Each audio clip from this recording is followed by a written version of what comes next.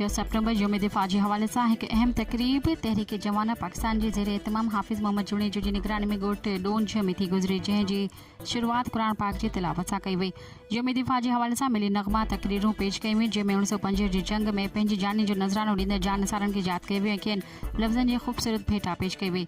अॼोकी तकरीब में चेयरमैन तहरीक जवान पाकिस्तान मोहम्मद अब्दुल्ला गुल वीडियो लिंक के ज़रिए ख़िताब कंदे चयो त अॼु दहशतगर्दी की जंग जारी है, जंहिंमें हर एक जो नुक़सान थियो, पर पहिरीं गोली उहो फ़ौजी ऑफिसर या सिपाही खाईंदो आहे जेको दुश्मन जी निशानी ते हूंदो आहे ऐं असांजे लाइ साहिबान हूंदो आहे। हिन वतन अज़ीज़ जे लाइ सिंध जी क़ुर्बानीनि खे पिणु साराहियो। तक़रीब के हाफिज़ मोहम्मद जुनेजो, इब्राहिम बलोच, एडवोकेट कुर्बान समेजो, शौकत समेजो, अब्दुल रशीद हिंगोचो, एजाज बलोच, करीमदास जुनेजो, गुलाम नबी पिताफ़ी, अली जुनेजो, भाई खान वसाए पोटो ऐं ॿियनि पिणु ख़िताब कयो। रिपोर्ट सां रज़ा अराई, लाडवाइस न्यूज़ जुडो।